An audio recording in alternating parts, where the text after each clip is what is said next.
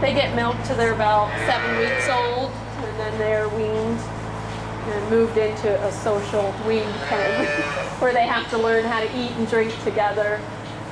And then from there they get moved to the next barn.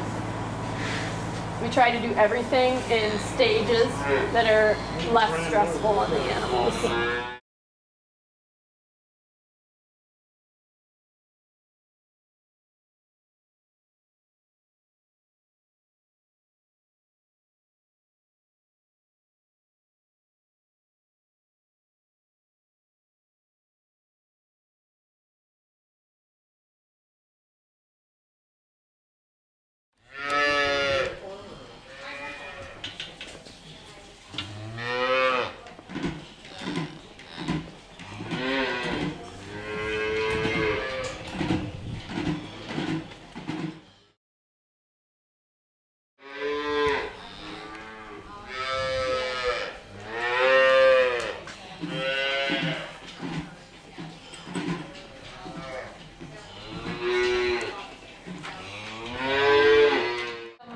Stay in the bottle for about 3 or 4 days, sometimes longer depending on the cat, and then we try to get them to drink out of the buckets.